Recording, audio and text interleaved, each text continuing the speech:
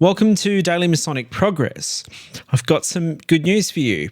Today, I'm going to be launching a new segment. But first, here's some context. When I launched Daily Masonic Progress as a podcast earlier this year, I also made it a video podcast as well.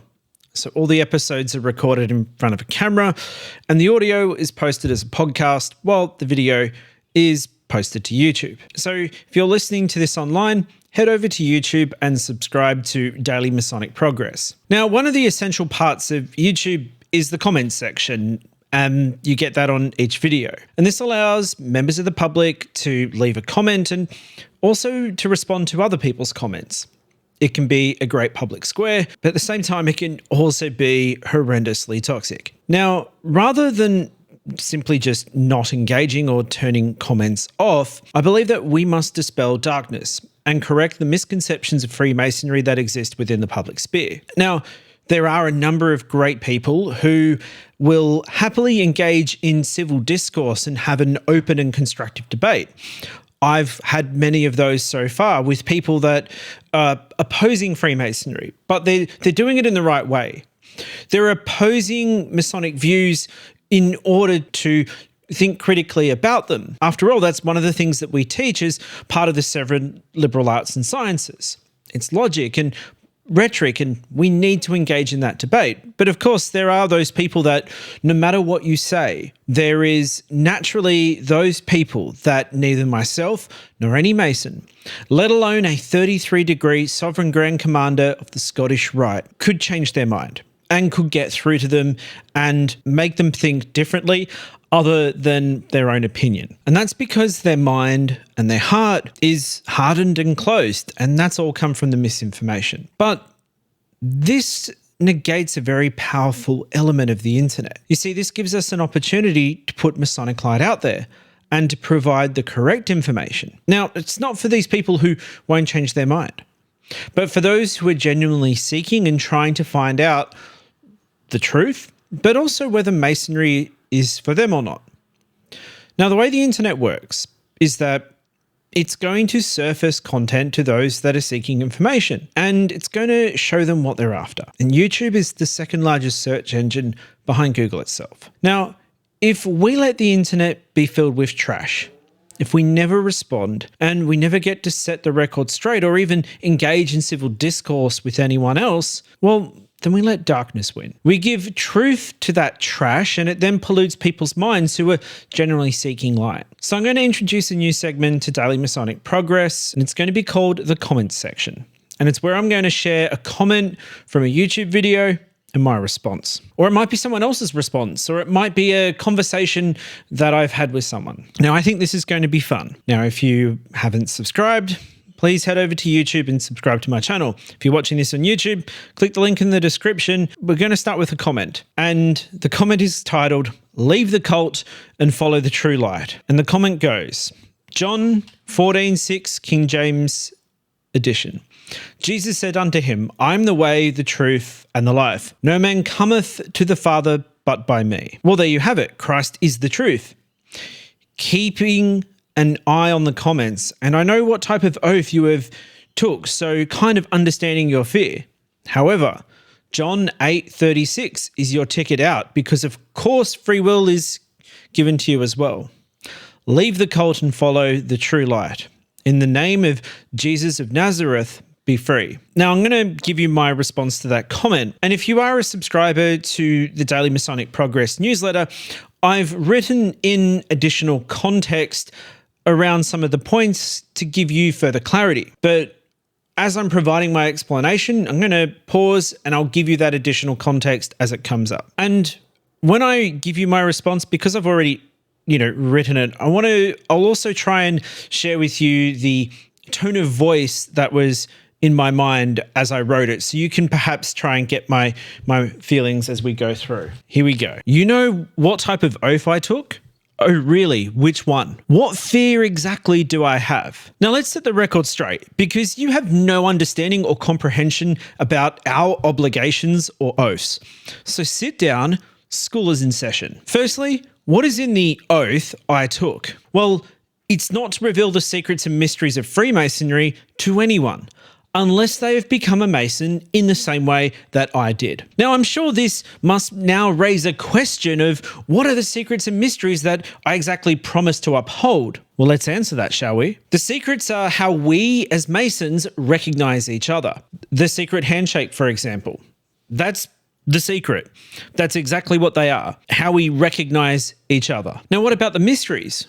Well, these are the spoilers in our ceremonies, the things that if you knew them beforehand, it wouldn't make them special. So let me give you an example of a mystery in modern culture. Now, if you haven't watched Avengers Endgame, I'm about to spoil it completely. So skip the next bit and I'll put chapter markers in the YouTube for you. So here's the mystery of Avengers Endgame. Tony Stark, Iron Man, puts on the Infinity Gauntlet, snaps his fingers, permanently kills Thanos, erasing him from existence.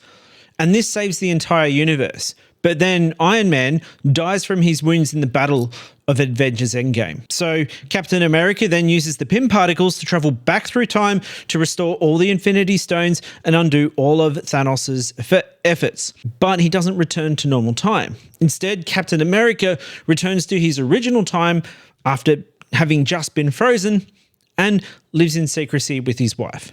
He dies of old age in the modern day after handing over the shield to the Falcon. So if you haven't seen all of Avengers movies up until Endgame, well, sucks to be you, because now I've just revealed the mystery of the entire series. And that's exactly why we promise not to reveal the mysteries, because you would ruin it. So naturally, now that you know what the secrets and mysteries are, you're probably going to have an issue with secrets.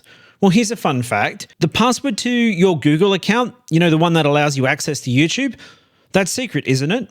It's only known to you and to Google, and it's how you prove to Google who you are. You see, usernames and passwords are how to recognize users of a system. Oh, but here's another secret. Have you ever bought anything online with your credit card? Well, you've got to hope that the credit card details were put into an encrypted form and transmitted over an encrypted connection.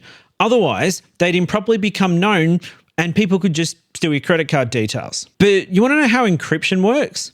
You see, encryption works only because the sender and the receiver both share a secret, which allows them to identify or recognize each other as legitimate. And then they can decrypt your details and the transaction can be authorized. So these secrets aren't exactly what you think they are.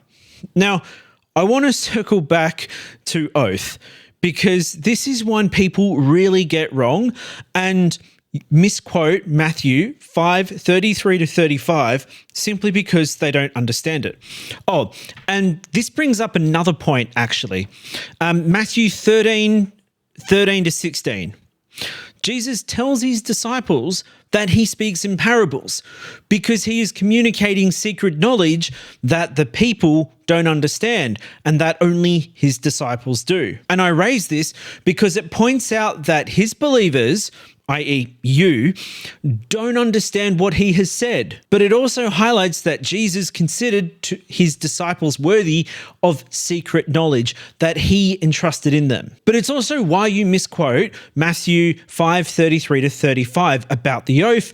It's because you don't understand that particular verse. Now, in the Catholic Church's Catechism of the Council of Trent, oaths are permitted as long as they call God to witness an action or the keeping of a vow. Yes, it's quite ironic that the Catholic Church claims Masonry's incompatibility over oaths and secrecy, but permit them. Now, here's another example. The College of Cardinals, well, they all take an oath of secrecy and then lock themselves in a secret meeting that only members of the College of Cardinals can attend to elect a new pope. But let's also examine the words of a Masonic oath, shall we? I, insert your full name, in the presence of the great architect of the universe, right? You get the point.